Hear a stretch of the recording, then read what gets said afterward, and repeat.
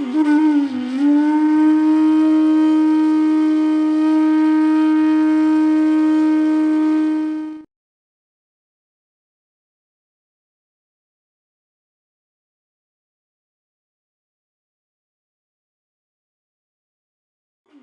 કૃપા કરે તાપ વધે તો ક્યાંક આપ કૃપા કરે.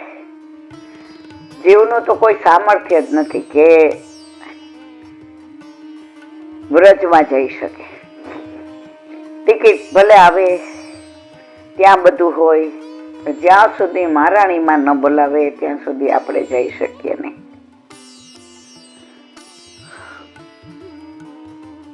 જે આજે એક સરસ વાત કરી, ઘણાય વ્રજમાં ઠાકોરજીને મળવા જાય, ઘણાય દર્શન કરવા જાય, અને ઘણા એમ કે અહીંયા ઠાકોરજીએ બધી લીલા કરી હતી. મારા વાલા કરી હતી નહીં, કરે છે. અને જેને દિવ્ય ચક્ષુ હોય, જેનો ભાવ ઉત્તમ હોય, જેને ઠાકોરજી સિવાય બીજો કોઈ વિચાર ના આવતો હોય, એને ત્યાં વ્રજ લીલાના દર્શન થાય ને થાય. આપણે કેમ હીરો ગોગે જઈવો ડેલે હાથ દઈ આવ્યો, કારણ હજી એટલો તાપ નથી.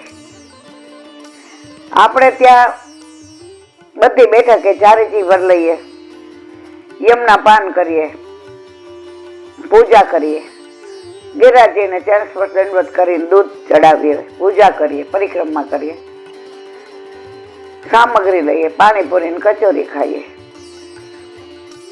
હાલો હવે આપણી ટિકિટ જો હવે 2 દી નથી વધુ રોકાવું. વ્રજમાં 2 મિનિટ વધુ રોકાવું ને એ તમારા બસની વાત ના રહે.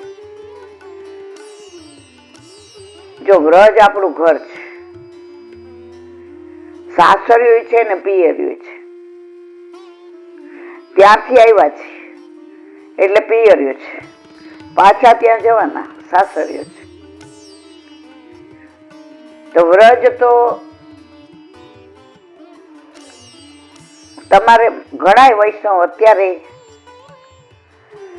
લીલાબેન અમારે આવું જ પણ ટિકિટ નથી મળતી, પછી ફોન કરે 2-3 દી રાહ જો, હું કહું ત્યાં રહેવા ખાવાની વ્યવસ્થા થઈ જશે તમારી યારે. હું કહું મારી યારે, તમે ટિકિટ બુક કરાવો. પછી બિચારા નિરાશ થઈને ફોન કરે, ક્યાંય ટિકિટ નો મેળ નથી પડતો. તો મેળ કોનો પડે? તો જો તમારો દ્રઢ વિશ્વાસ હોય. દુબઈમાં એક રજનીબેન રહે, હવે એ વૈષ્ણવ, અને એની બાજુમાં એની બેનપણી રહેવા આવી. આ સાચો બની ગયેલો પ્રશ્ન. એ વૈષ્ણવ. હવે આ બેનના ઘરે ઠાકોરજી નહીં, રજનીબેનની ઘરે, અને બાજુમાં બેનપણી રહી એના ઘરે ઠાકોરજી બિરાજે. હવે આ રજનીબેનની કે રંજનબેન નામ રહું પછી બહુ યાદ નથી, દીકરી ઓસ્ટ્રેલિયા ગઈ ભણવા. હવે એના પાડોશીને ઇન્ડિયા આવવાનું થયું 3 મહિના માટે કારણસર. એટલે એને એની બેનપણીને કહ્યું કે 3 મહિના મારા લડ્ડુ ગોપાલની સેવા તું કરીશ? બોલી કે હા. તો કે જો ધ્યાન રાખજો, મારા લડ્ડુ ગોપાલ રૂઠી નો છે મારાથી ના. એ કે ના, હું મારા હૈયાના હારની જેમ રાખીશ. બેનપણી ગઈ.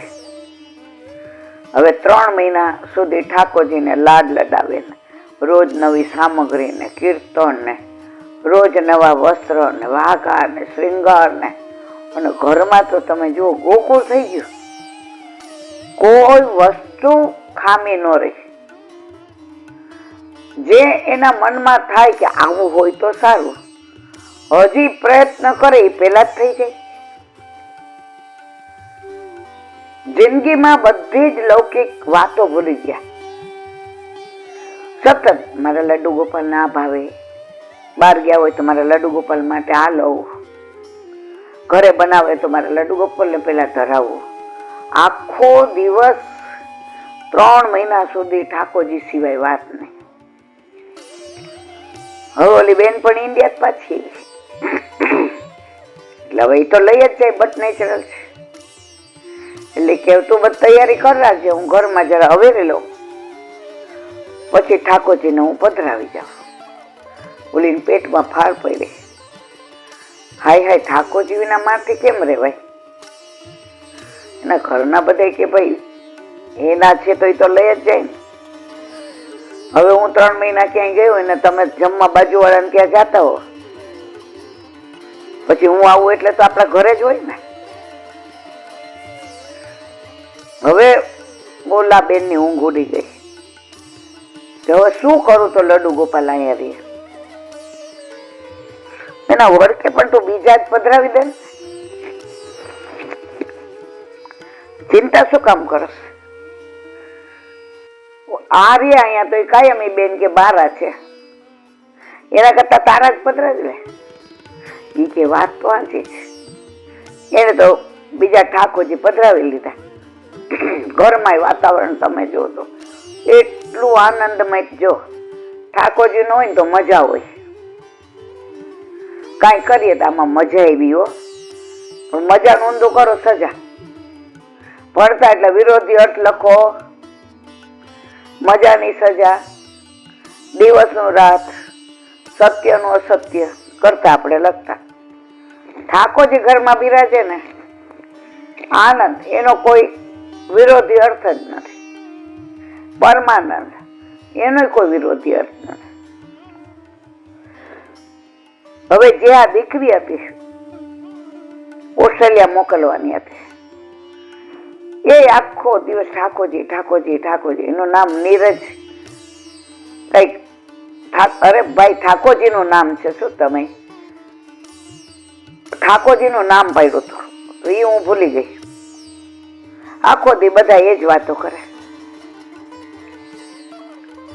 હવે દીકરી ઓસ્ટ્રેલિયા ગઈ ભણવા, એટલે પીજી મારી પેઇંગ ગેસ્ટમાં. ફોનમાં વાત થાય, વધુ વાત ઠાકોરજીની થાય. ઠાકોરજીનું નામ કઈક ન ઉપર પાડ્યું હતું, નિરય કે એવું બધું કઈક હતું, બહુ મને યાદ નથી.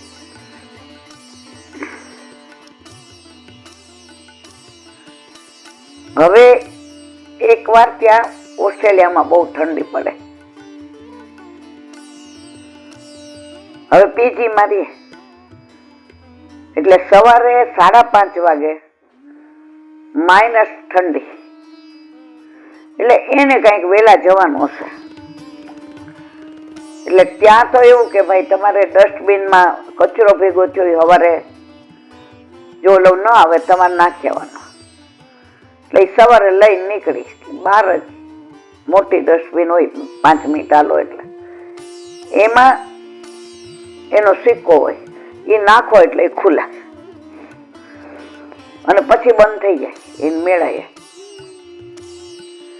હવે 5:30 વાગે અંધારું, ઝાકળ, ઠંડી માઇનસ, કોઈ ચોકલું ફરકે નહીં. પણ એ જે એરિયામાં રહેતી ત્યાં કઈ બીક જેવું નહોતું. એટલે ઓલો સિક્કો લઈ ગઈ હતી, એને ફેરવો, ખુલ્લું, કચરો નાખવા ગઈ તો આમ હરખી રીતે અંદર વહી ગઈ. અંદર ગઈ, બારણું બંધ. હવે ત્યાં તો બધું ઓટોમેટિક. હવે આ સિક્કાથી ને બહારથી ખુલે, અંદરથી ના ખુલે. હવે આવી ઠંડી, આવી ઝાકળ, માઇનસ.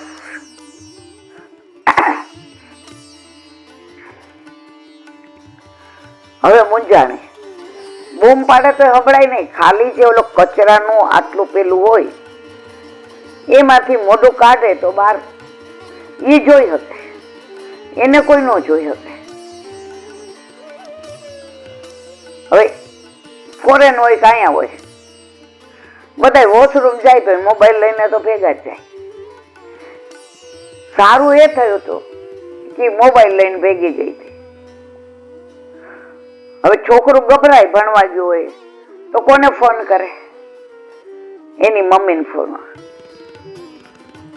મમ્મી આવું થયું, હું શું કરું? હજી નાની હતી, એકદમ ગભરાઈ ગઈ. મમ્મી મને કઈક થઈ જશે તો કે બૂમો. પણ અહીંયા મમ્મી એટલી ઠંડી છે, માઇનસ, એટલી ઝાંખર છે, અહીંયા કોઈ ચકલું ફરકતું નથી. હું બૂમો પાડીને મરી જાય તો કઈ નહીં આવે મમ્મી. એની મમ્મીએ કે તને લડ્ડુ ગોપાલ ઉપર વિશ્વાસ છે? આપણા ઠાકોરજી ઉપર, આપણા માથે બિરાજે છે એના પર વિશ્વાસ? મમ્મી એના ઉપર જ હોય ને, બીજા મને કોના ઉપર હોય? મેં બીજા કોઈ જોયા છે? મારે તો એ મારા લડ્ડુ ગોપાલ ઉપર જ વિશ્વાસ છે. વિશ્વાસ રાખ, ગભરાય જ નહીં. કે મમ્મી આ આટલો કચરો ના ગંધ કે જો બેટા, જે થયું છે એમાંથી બહાર નીકળવાનું હોય, ગભરાવાનું ના હોય. બહાર એકલા ભણવા જાય તો ઘણા બધાનો સામનો કરવો પડે. માણસ હોય કે મુસીબત હોય, બોલ્ડ બનવાનો. અને આપણે તો પાછો આધાર કોનો છે બેટા? બધાને 2 હાથ વાળા હોય, આપણે 1000 હાથ વાળો છે. તારે જરાય ચિંતા કરમાં. બીજી માં હોય બીવડાવે, હાય હાય હવે શું કરશું? તારે તો બહુ ઉપાધિ થઈ. આ તો જરાય ગભરા નહીં. જો લડ્ડુ ગોપાલ કોકને મોકલશે, જો બૂમ પાડ. ઓલી ઇંગ્લિશમાં કીધું, hello hello hello, I am here, I am here, I am here. સામેના ફ્લેટ માંથી કોઈ નીકળ્યું. હવે એને જોયું અવાજ ક્યાંકથી આવે છે.